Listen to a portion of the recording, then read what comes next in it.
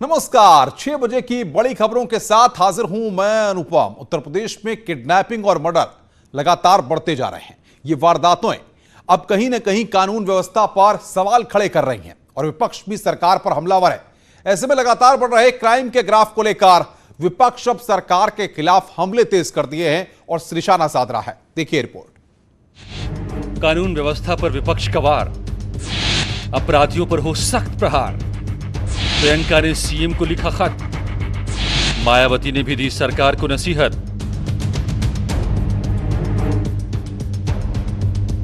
पिछले कुछ दिनों में कानपुर अपराध के हब के तौर पर उभरा है। सबसे पहले विकास दुबे कांड, फिर संजीत यादव का अपहरण और हत्या, और अब ब्रजेश पाल का भी अपहरण और हत्या ने एक बार फिर से कानून के इकबाल को खुली चुनौती दे दी है। अपहरण हुए ब्रजेश पाल का शव ये पीछे मिला है। आप देख सकते हैं इस वक्त हम मौजूद है दानापुर गांव में।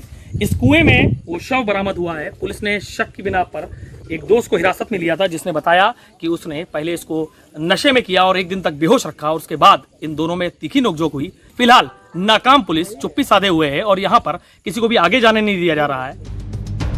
यूपी में पिछले कुछ दिनों में ताबड़तोड़ अपराध की घटनाएं सामने आई हैं। चाहे गोंडा में 6 साल के मासूम का अपहरण हो या फिर कानपुर में संजीत यादव अपहरण और हत्याकांड, गाजियाबाद में पत्रकार की हत्या हो या फिर गाजियाबाद में ही बिल्डर विक्रम त्यागी का अचानक लापता हो जाना, इन तमाम घटनाओं को लेकर विपक्ष ने सरकार पर हमले तेज कर दिए हैं।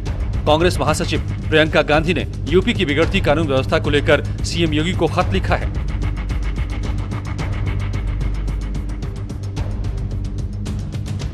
प्रियंका ने कानपुर, गोंडा, गोरखपुर में हुई वारदातों का जिक्र किया है। साथ ही गाजियाबाद में बिल्डर विक्रम त्यागी की गुमशुदगी के पीछे अपहरण की आशंका भी जताई। प्रियंका ने सीएम योगी से कानून व्यवस्था को ठीक करने की गुजारिश की है। तो उधर बीएसपी अध्यक्ष मायावती ने भी योगी सरकार को कानून व्यवस्था के मुद्दे पर घेरा।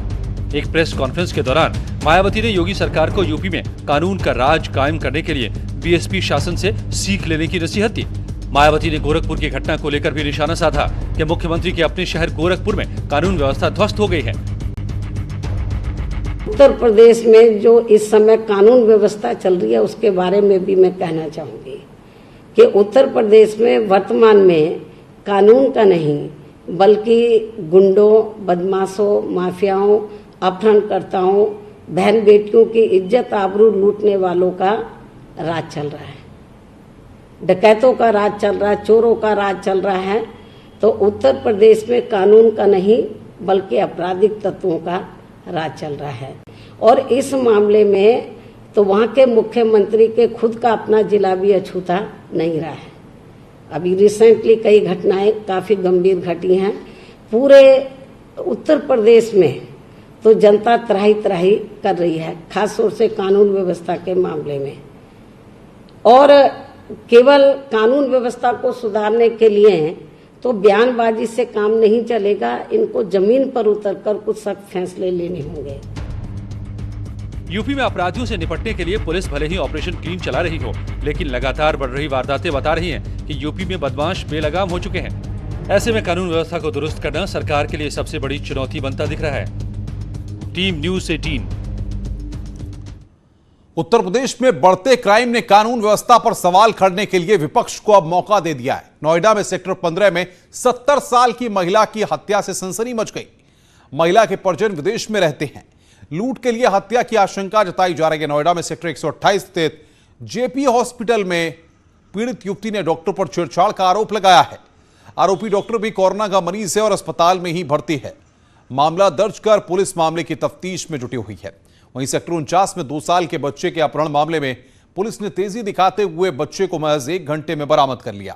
घर के बाहर खेलते हुए 2 साल का बच्चा अचानक गायब हो गया था। फोन पर बदमाशों ने परिजनों को धमकी भी दी थी। परिजनों ने अपहरण की बात कहते हुए पुलिस को सूचना दी थी। पुलिस ने तेजी दिखाते हुए बच्चे को सकुशल बरामद कर लिया है। हालांकि पुलिस अभी तक अपहरणकर्ता को नहीं पकड़ पाई है। सेक्टर 49 थाने का मामला है। लगभग 12:15 बजे हम लोगों को ये छोटा बच्चा जिसकी उम्र लगभग 2 साल है उसके किडनैप की सूचना मिली थी। पुलिस ने तुरंत सक्रिय होकर और सक्रियता दिखाते हुए बच्चे को रिकवर कर लिया। बच्चा सुरक्षित है और इस संबंध में FIR कायम हो गई है। अपहरणकर्ताओं के बारे में भी हम लोगों के पास में डेफिनेट लीड है, जल्दी ही उनको भी गिरफ्तार कर लिया जाएगा। में एक महिला आइसोलेशन में थी, वो कोविड पॉजिटिव थी, और वहीं उसी वार्ड में एक और पेशेंट थे, वो भी पॉजिटिव थे, जो संभवतः एक मेडिकल प्रैक्टिशनर थे। उनके द्वारा छेड़छाड़ किया गया। इस आरोप के सूचना के उपरांत इमीडिएटली हम लोगों ने उसमें FIR दर्ज की है, और FIR दर्ज करके हम लोग जो इसमें इन्वेस्टिगेशन से कर रहे हैं। इसमें होटल जो हॉस्पिटल है, उस हॉस्पिटल की भी कुछ लापरवाही दिख रही है, और इसके अतिरिक्त इसमें जो आरोपी हैं वो अभी भी आइसोलेशन में हैं। इस प्रोटोकॉल और गाइडलाइंस के हिसाब से उनसे भी हम लोग पूछताछ करेंगे, पता करेंगे, और उनसे पूछताछ करने के बाद जो भी शख्स निकल के आएगा उसमें हम कार्रवाई करेंगे। राम मंदिर की बात करते हैं। राम मंदिर के भूमि पूजन की तैयारियां आखिरी दौर में हैं। तैयारियां अंतिम दौर में चल रही हैं। ऐसे में शनिवार को मुख्यमंत्री योगी आदित्यनाथ ने जहां अयोध्या पहुंच करके भूमि पूजन की तैयारियों का जायजा लिया, तो आज डिप्टी CM केशव प्रसाद मौर्य रामनगरी पहुंचे।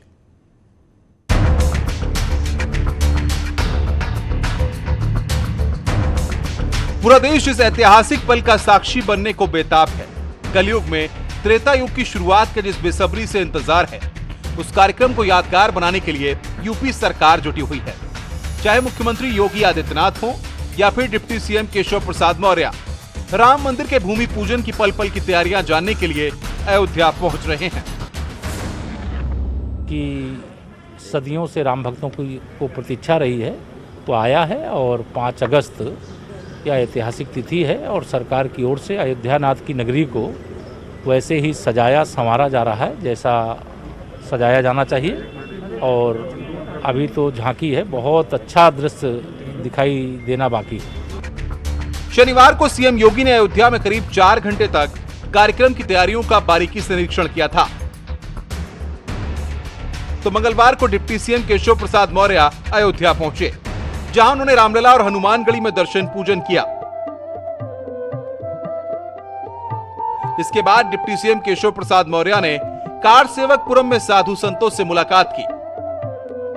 इस दौरान उन्होंने श्री राम जन्मभूमि तीर्थ क्षेत्र ट्रस्ट के अध्यक्ष महंत नित्य गोपाल दास को मंदिर निर्माण के लिए अपनी तरफ से 1,51,000 रुपए का चेक दिया। इसके अलावा उन्होंने अपनी पत्नी और बच्चों की तरफ से 2,51,000 और अपने माता पिता की तरफ से भी 1,51,000 रुपए का चेक दिया। इस दौरान डिप्टी CM ने कहा कि एक ऐतिहासिक पल है, जब लंबे समय और कड़े संघर्ष के बाद राम मंदिर का सपना साकार होने जा रहा है। डिप्टी CM मौर्य ने लोगों से 5 अगस्त को दीप जलाकर दिवाली मनाने की अपील भी की। नहीं, मैं तो एक राम भक्त के नाते तो सदा रामलला के भव्य मंदिर निर्माण का जब शुभ समय आया है तो खुशी से एकदम आह्लादित हूँ, बहुत खुश हूँ। बाकी उत्तर प्रदेश के उप मुख्यमंत्री के नाते और जिन विभागों का काम मेरे जिम्मे है, उनके माध्यम से जो भी अयोध्या नगरी को सजाने के लिए हम लोग कर सकते हैं वो करें।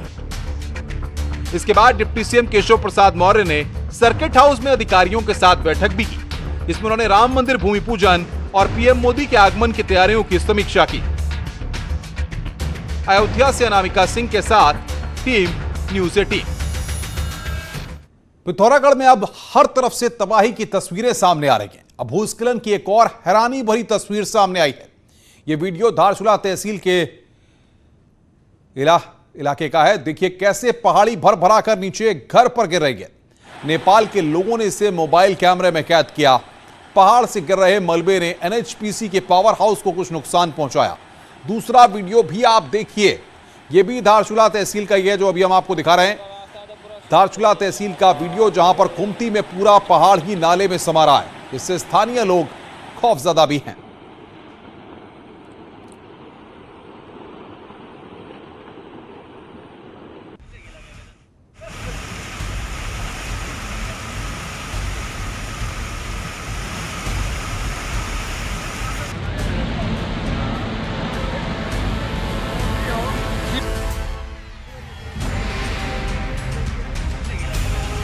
पिथौरागढ़ की बंगापानी तहसील में आसमानी आफत ने जमकर तांडव मचाया है। जारा जिवली गांव में एक महिला लापता है। लुमती से मदकोट तक के इलाके में 100 से ज्यादा गांव के लोग खतरे की जद में हैं। गोरी नदी का खौफनाक बहाव अपने साथ कई घरों को बहा चुका है। जौल जीबी मदकोट सड़क में बीआरओ का बड़ा पुल पूरी तरह जमींदोज हो चुका है। मेतली को जोड़ने वाले सभी पुल टूट चुके हैं। बताया जा रहा है कि 20 से ज्यादा मकान पूरी तरह टूट गए, जबकि 60 से ज्यादा घर मलबे से पट गए हैं। बंगापानी को जोड़ने वाली सड़कें दोनों तरफ से बंद हो गई हैं, जिस वजह से यहां राहत दल भी नहीं पहुंच पा रहे। सैकड़ों ग्रामीणों ने घर से निकलकर किसी तरह अपनी जान बचाई है, लेकिन उनके मवेशी लापता हैं।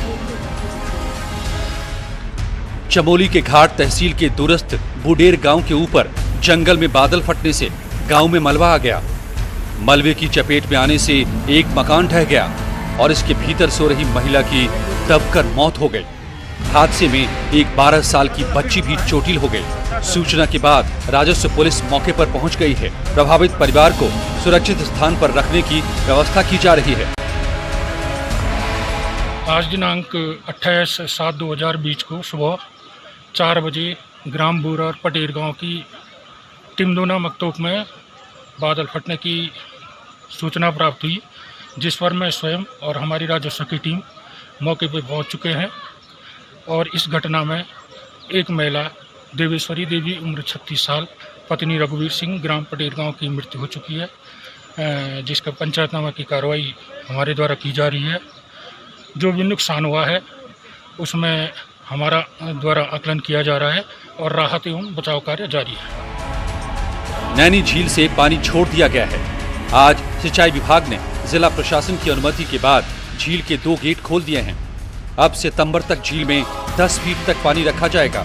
दरअसल लॉकडाउन के दौरान कम खपत के चलते झील का जलस्तर जुलाई महीने में ही 11 फीट तक पहुंच गया था, जबकि जुलाई में 8.5 फीट पर पानी का लेवल रखना होता है। 8.5 फीट का लेवल जुलाई में मेंटेन करना होता है, लेकिन टूरिज्म इत्यादि को देखते हुए थोड़ा इस पर ध्यान रखा गया है कि लेक लेवल को थोड़ा सा मेंटेन किया जाए। तो जिस डायरेक्शन, जैसा कि आप जानते हैं, जिला प्रशासन और उच्च अधिकारियों को भी लिखा गया था। कल ही डिसीजन प्राप्त हुआ है हमें कि अभी अगले आदेशों तक 10 फीट तक मेंटेन किया जाए। लेवल है झील का, उसको 12 फीट के करीब रखा जाता है, लेकिन जिस तरह से बारिश हो रही है मानसून की, उससे नैनी झील एक बार रंगत में लौट आई है। हालांकि उम्मीद करते हैं कि आने वाले दिनों में झील की जो दशा है वो इसी तरीके से रहे, ताकि जो पर्यावरणविदों की चिंता है उसे भी कम किया जा सके। Virendra Bisht, news 18। Online market के इस दौर में सब कुछ ऑर्डर करके ही मंगाया जा सकता है, क्या कुछ नहीं मंगाया जाता घरों में। ऐसे में बकरीद के मौके पर ऑनलाइन बकरे की भी बिक्री शुरू हो गई है। जी हां, चौंकिए मत, ऑनलाइन बकरे की बिक्री शुरू हो चुकी है। आप तस्वीर देखिए वेबसाइट पर, ऑर्डर कीजिए, आपके घर में बकरीद के मौके पर बकरे की डिलीवरी हो जाएगी।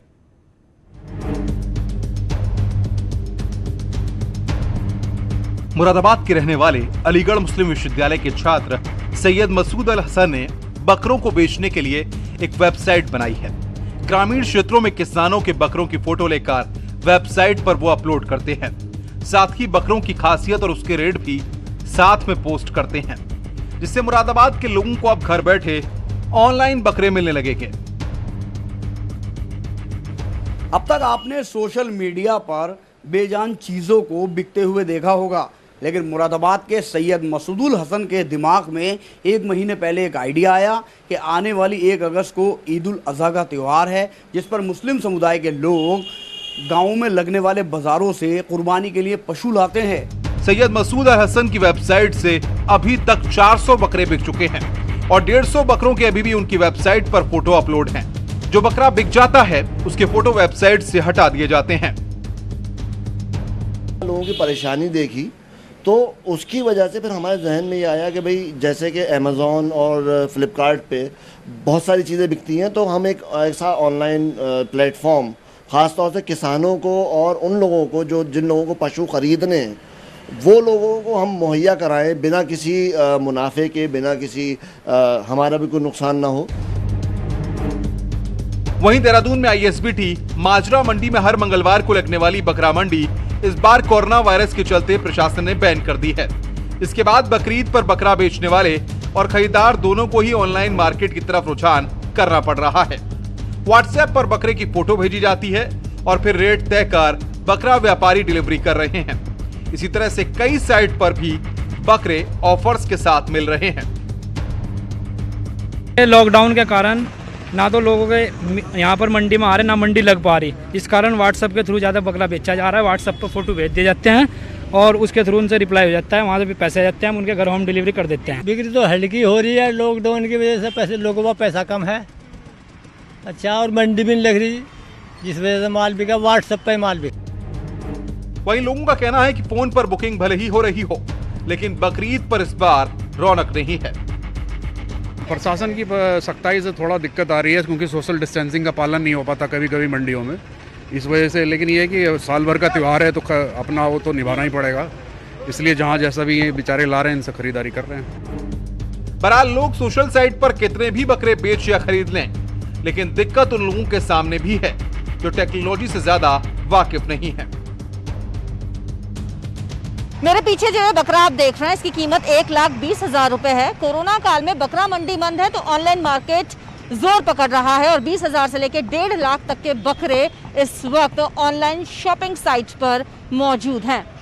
कैमरा पर्सन भरत शर्मा के साथ भारती सकलानी, न्यूज़ 18, देहरादून। स्वागत है ब्रेक के बाद और बात करते हैं बड़ी खबर की। पेटीएम के फाउंडर विजय शेखर शर्मा ने एक ट्वीट किया है, इसमें उन्होंने लिखा है कि हमारा देश टैक्स रिफंड के लिहाज से बिल्कुल सही दिशा में चल रहा है। टैक्स रिफॉर्म के लिए इनकम टैक्स डिपार्टमेंट और वित्त मंत्रालय को बधाई दी है। हालांकि उनके इस ट्वीट पर लोगों के कमेंट आने लगे। कई लोगों ने कहा है कि आपने जो स्क्रीनशॉट शेयर किया है उसमें सब कुछ साफ दिखाई दे रहा है। कुछ लोगों ने तो पेटीएम की प्राइवेसी पर ही सवाल खड़े कर दिए हैं। यह विजय शेखर ने ट्वीट किया है जो इस वक्त हम आपकी स्क्रीन पर आपको दिखा रहे हैं। ऐसे में पेटीएम के संस्थापक की फजीहत हुई है। टैक्स रिफॉर्म के लिए इनकम टैक्स डिपार्टमेंट और वित्त मंत्रालय को उन्होंने बधाई दी। ये लिखा कि हमारा देश टैक्स रिफंड के लिहाज से बिल्कुल सही दिशा में चल रहा है। लेकिन उनके इस ट्वीट पर जिस तरीके का रेस्पॉन्स आया है उससे अब उनकी फजीहत हुई है।